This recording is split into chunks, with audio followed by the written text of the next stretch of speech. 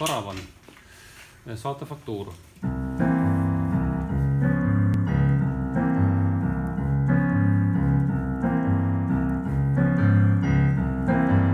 Ja see on siis saatefaktuuri põhifiguur ja paremas käes on siis 7 septakordid C7.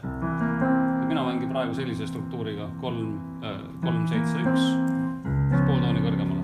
Et põhimõtteliselt võib ka mängida teiste pööretega.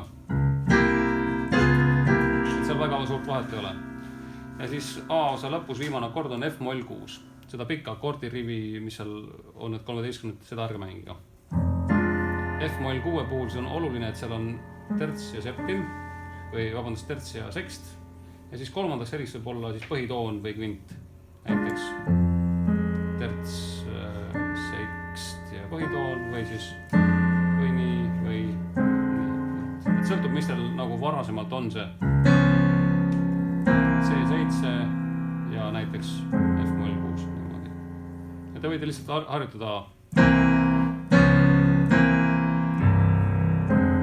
lõpetada niimoodi või kuskilt mujalt.